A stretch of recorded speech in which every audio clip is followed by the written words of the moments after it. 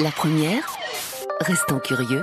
Et Dieu dans tout ça, le magazine des philosophies et des religions. Et pour ce qui sera la dernière édition de 2014, je vous propose tout d'abord un coup de projecteur sur le personnage biblique de Marie-Madeleine.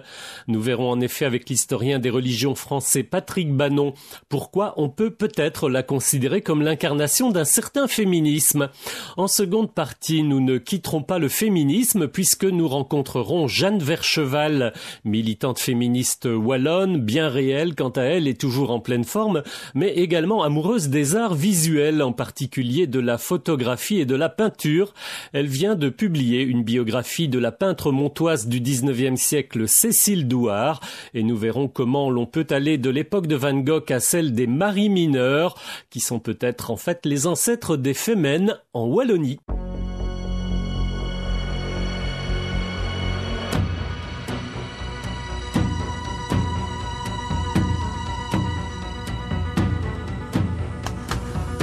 Et Dieu dans tout ça, le magazine des philosophies et des religions.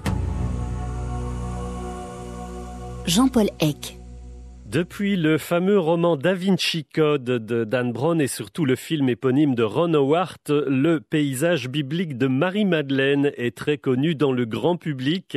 Marie-Madeleine, ou plutôt Marie de Magdala, donc premier témoin de la passion du Christ, première messagère de la résurrection, reste pourtant une véritable énigme. Alors était-elle, comme l'Église a voulu longtemps l'imposer, une folle, voire une possédée ? Était-elle, comme le soutiennent d'autres théologiens, une simple disciple de Jésus parmi d'autres? Était-elle au contraire la confidente du Christ, sa maîtresse, voire peut-être même sa femme, comme le présente une certaine littérature? Et pourquoi diable toutes ces questions ont-elles encore aujourd'hui de l'importance? Eh bien, c'est le sujet du dernier livre en date de Patrick Bannon, que je suis ravi de saluer à ce micro. Bonjour Patrick Bannon. Bonjour. Alors Patrick Bannon, on vous connaît bien, hein, vous êtes historien, chercheur à l'Université de Paris-Dauphine, spécialiste, je dirais, des énigmes bibliques. Nous avons le plaisir de vous retrouver aujourd'hui donc pour ce sujet qui est vraiment énigmatique.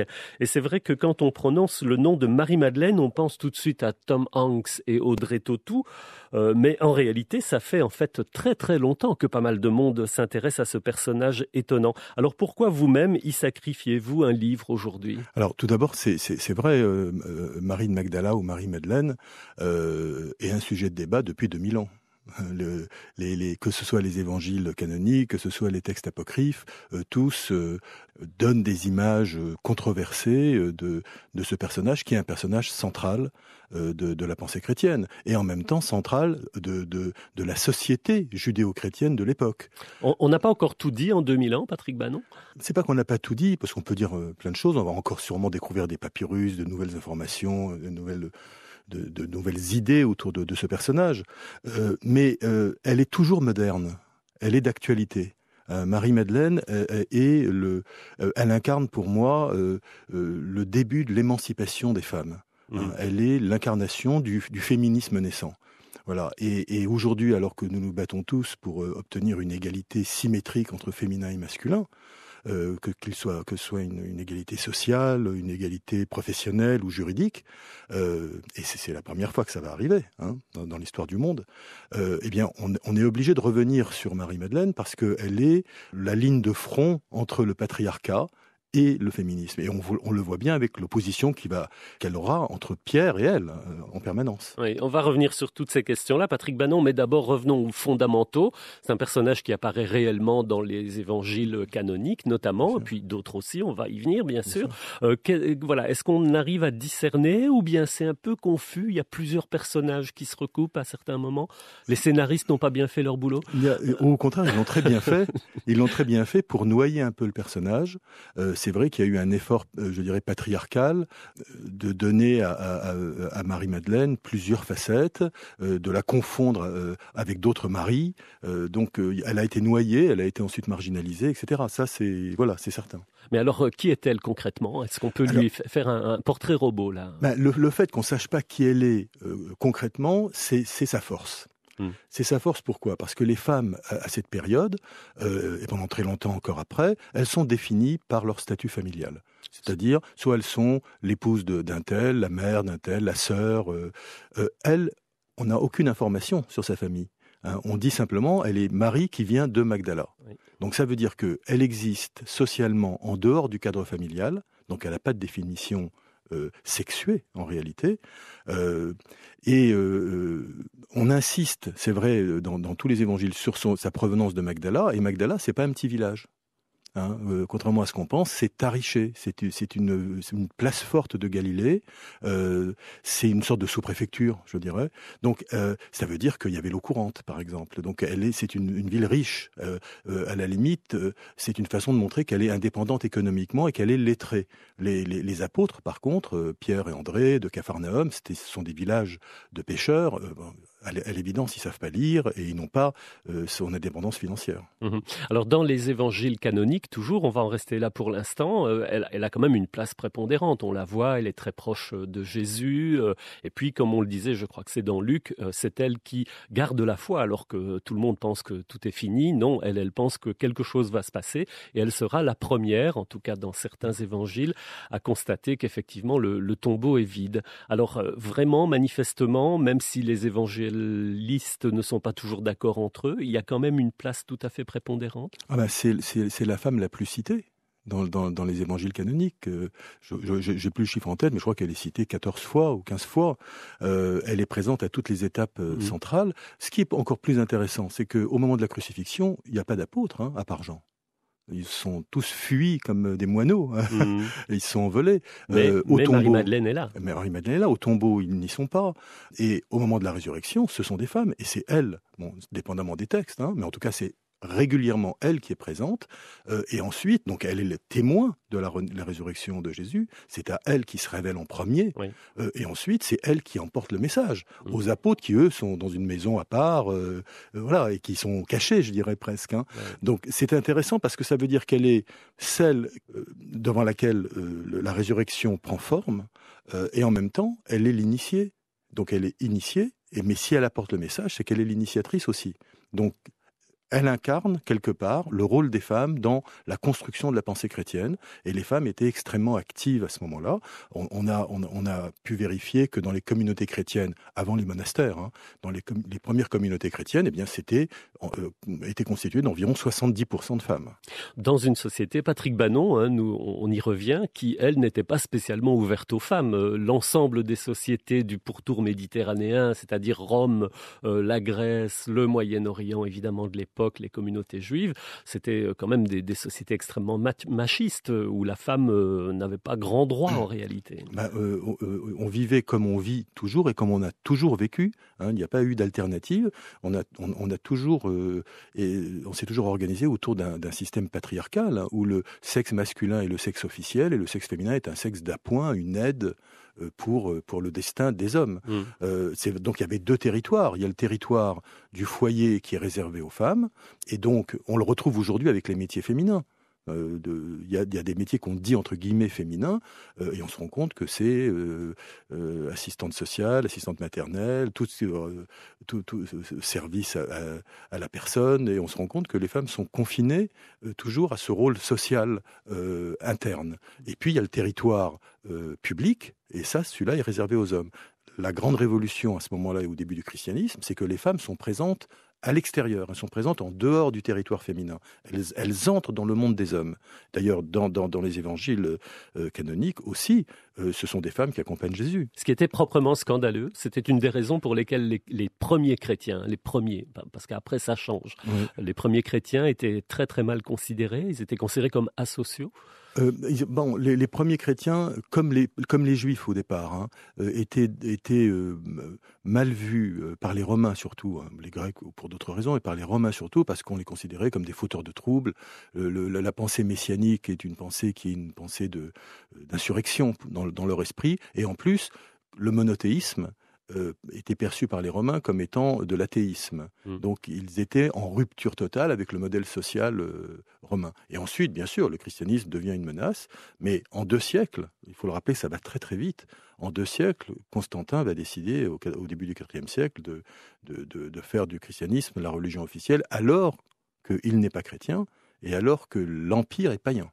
Et alors là-dedans, la figure de Marie de Magdala va prendre une curieuse destination, on peut dire. On va la considérer comme folle, possédée. Alors on ne sait pas très bien si elle est folle ou bien si elle est la proie du démon, mais enfin bon, on l'évacue de toute manière. Elle dérange. Si on lit les textes apocryphes, on aura peut-être le temps de parler tout à l'heure. On va y revenir. Voilà, ouais. Elle n'est pas présentée de cette façon-là.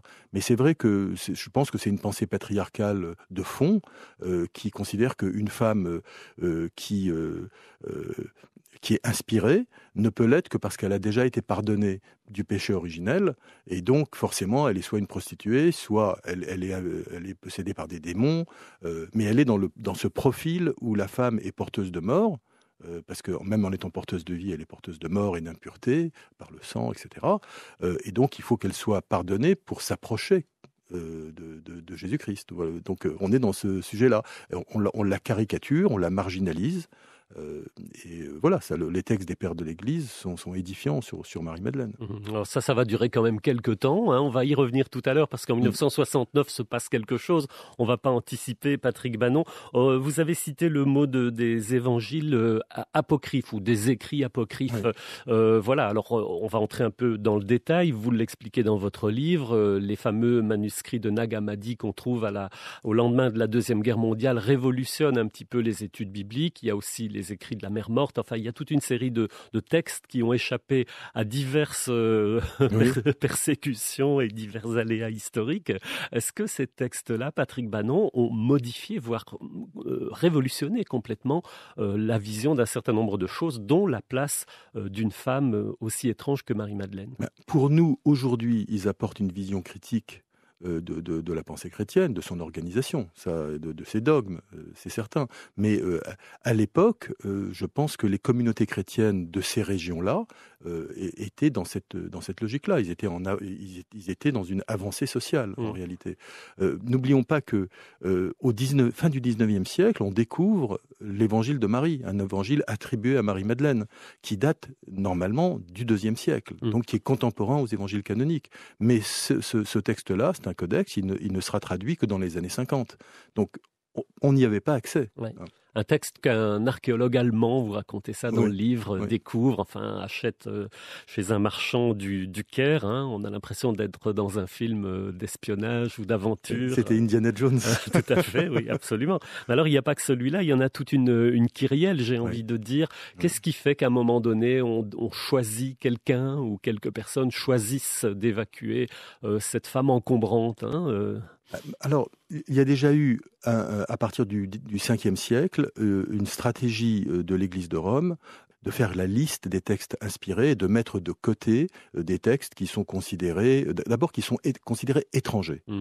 Leur première appellation, c'est évangile étranger. Et ils vont être déconseillés à la lecture. Ils ne sont pas encore interdits, mais ils sont déconseillés à la lecture. À partir du IVe siècle, c'est vrai que ça va se radicaliser et que les personnes seront poursuivies pour hérésie.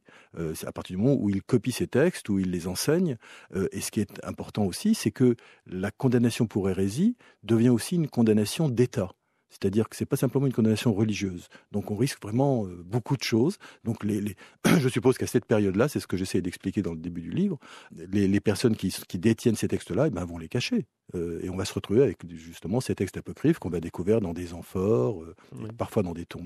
Effectivement, comme s'il était dangereux, d'ailleurs on le verra, ce sera la même chose au Moyen-Âge pour d'autres écrits, il était dangereux de se retrouver en possession de livres interdits. Alors revenons un tout petit peu, Patrick Bannon, sur l'idée selon laquelle Marie-Madeleine aurait été l'amante, voire l'épouse du Christ. Alors ça, ce sont des fantasmes de scénaristes d'Hollywood en mal d'inspiration, ou bien il y a quand même des petits éléments un peu troublants ou qui nous mettent la puce à l'oreille? Pour les scénaristes d'Hollywood, ce sont des raccourcis. Oui. Ce sont des caricatures, ce sont des raccourcis. Maintenant, on peut se poser la question légitime sur certains textes de leur interprétation. C'est ce que j'ai fait. J'ai posé la question que les gens se posent. J'apporte pas de réponse définitive, donc je rassure tout le monde. je ne révèle pas, j'ai pas une photo d'eux ensemble. Dommage. Voilà. Mais par contre, le texte est important. Il faut partir du texte. Et c'est vrai, quand on dit l'amante de Jésus, se pose la question du Cantique des Cantiques, naturellement, et donc de l'érotisation de la foi, du rapport entre le peuple des croyants et la divinité, qui est une relation maritale. Hein, le peuple et la fiancée du Dieu. Voilà, donc on est quand même dans ce rapport amoureux. Ça veut dire un rapport amoureux qui peut provoquer des infidélités, qui peut provoquer l'adultère, qui peut provoquer des divorces, mais toujours des retrouvailles. Voilà, donc on est dans ce rapport-là. Donc ça, il faut l'expliquer. Mais ça nous amène naturellement au problème du célibat. Oui. C'est pour ça que l'Église catholique, encore aujourd'hui, est tellement frileuse sur ce genre de questions. Ce serait ouvrir des portes qu'on n'a pas envie d'ouvrir trop vite. C'est que Marie-Madeleine pose la question par la place qu'elle tient réellement dans la construction de la pensée chrétienne. Elle pose la question du célibat des prêtres. Ça, c'est un vrai sujet. Donc, j'essaie d'en parler et de donner les éléments de réflexion sur cela. Rappeler quand même qu'au début, les prêtres avaient des enfants, que les évêques étaient évêques de père en fils, pratiquement, y compris quelques papes. Donc le célibat n'était pas vraiment le dogme de départ. Donc c'est intéressant de défricher ça pour comprendre. Voilà, sur le sacerdoce des femmes, c'est le même problème. Si elle est l'initiée, si elle est porteuse du message, pourquoi elle ne pourrait pas être prêtre? Oui. Donc ça ouvre aujourd'hui une question moderne, alors qu'on a trouvé des tombes où des femmes chrétiennes sont définies comme étant des prêtres. Ouais. Quand vous dites elle serait l'initiée, qu'est-ce que ça veut dire concrètement? C'est elle qui est tellement proche de Jésus qu'elle est l'une des rares à le comprendre vraiment? Et puis c'est la seule qui pose les questions.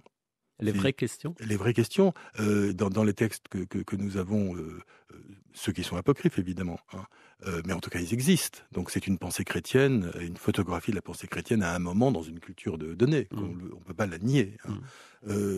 C'est elle qui pose les 3/4 des questions.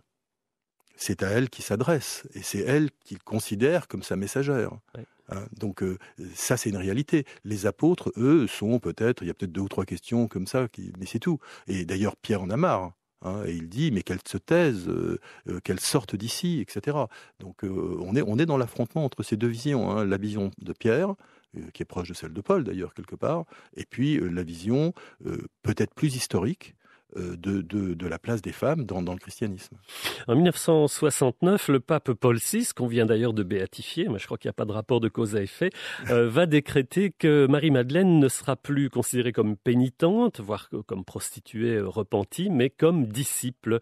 Alors ça, c'est vraiment un moment particulier, effectivement, mais on peut se demander si après ça a été suivi des faits, si d'autres papes n'ont pas refermé cette porte qui était entrouverte. Mais alors voilà quand même une consécration officielle, pas loin de 2000 ans après. Qu'en pensez, Patrick Bannon? C'est une vraie reconnaissance de la place centrale de Marie-Madeleine, parce qu'il n'a pas défini d'autres femmes comme étant disciples, il a défini celle-ci. Donc oui, c'était une avancée inouïe. Là où je mettrais un bémol, c'est malheureusement pour la lettre aux femmes qu'a publié le pape Jean-Paul II, et là où il fermait la porte définitivement dans son esprit sur le sacerdoce des femmes. Alors que je trouve que je ne dis pas qu'il faut qu'il y ait des femmes prêtres, c'est pas mon propos, j'ai aucune responsabilité qui puisse me permettre de pousser dans cette direction ou pas, mais il faut laisser le débat ouvert. Tout à fait. Alors maintenant, effectivement, nous le disions d'emblée, elle a été récupérée entre guillemets comme figure littéraire ou de cinéma. Enfin, c'est à peu près la même chose. Est-ce que ça veut dire, selon vous, Patrick Bannon, que l'opinion publique, la perception, la sensibilité qu'on peut avoir de ce genre de personnage est manifestement en train de se modifier complètement? On est en train de réinventer une espèce de théologie populaire, alors mettons tous ces mots entre guillemets, qui renverse complètement alors ce que 2000 ans de théologie chrétienne a voulu nous imposer. C'est-à-dire qu'en fin de compte, l'aspect théologique est en train de s'effacer devant la sociologie. Oui. Les gens veulent vivre ensemble. Et pour vivre ensemble, il faut qu'il y ait un équilibre. On se rend compte qu'il n'y a pas d'équilibre entre le féminin et le masculin. Hein, depuis l'agriculture, le statut des femmes, ou les femmes en général, sont marginalisées. Et donc on est, dans certains pays, pas tous, peut-être dans 20% des pays du monde, on est en train d'œuvrer à ce que la moitié de l'humanité entre sur un territoire partagé. Voilà. Donc là, c'est une révolution. Dans ce cas-là, la question se pose du rôle de Marie-Madeleine qui a été minimisé et marginalisé.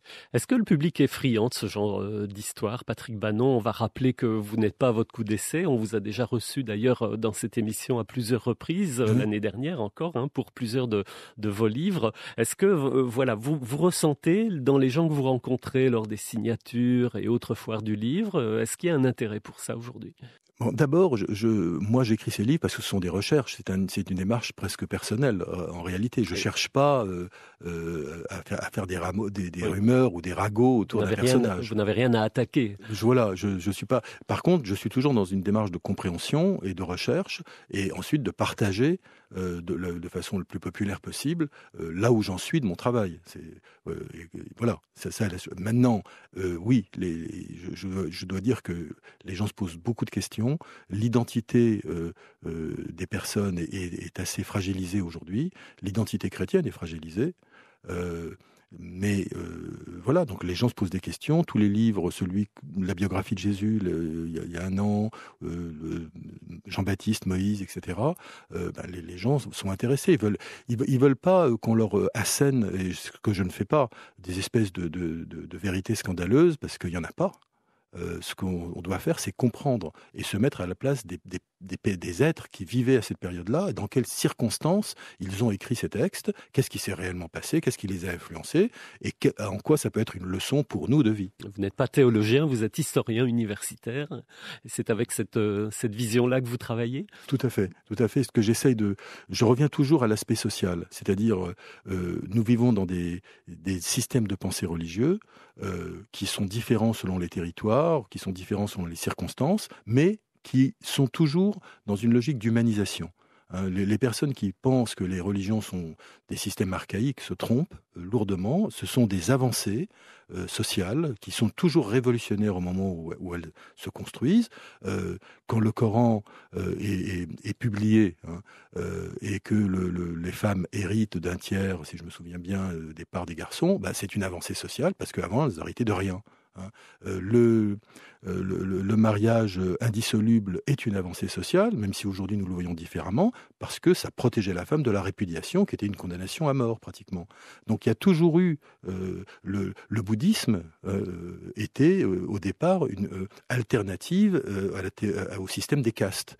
Donc on est toujours dans une logique extrêmement concrète, extrêmement pratique de la vie, et c'est toujours des avancées. Maintenant le danger, c'est que ces avancées, ensuite elles sont codifiées. Et quand on les codifie et qu'on les met par écrit, eh bien, souvent, soit on les trahit et on les radicalise, soit on est totalement imprégné par la pensée patriarcale, qui est une pensée quand même de différenciation et de hiérarchie entre les personnes. C'était donc Patrick Bannon, historien, chercheur à l'université de Paris-Dauphine, que nous recevions à propos de son dernier ouvrage en date. Il s'intitule Marie de Magdalène et est paru aux éditions Michel Lafon. Et Dieu dans tout ça, le magazine des philosophies et des religions.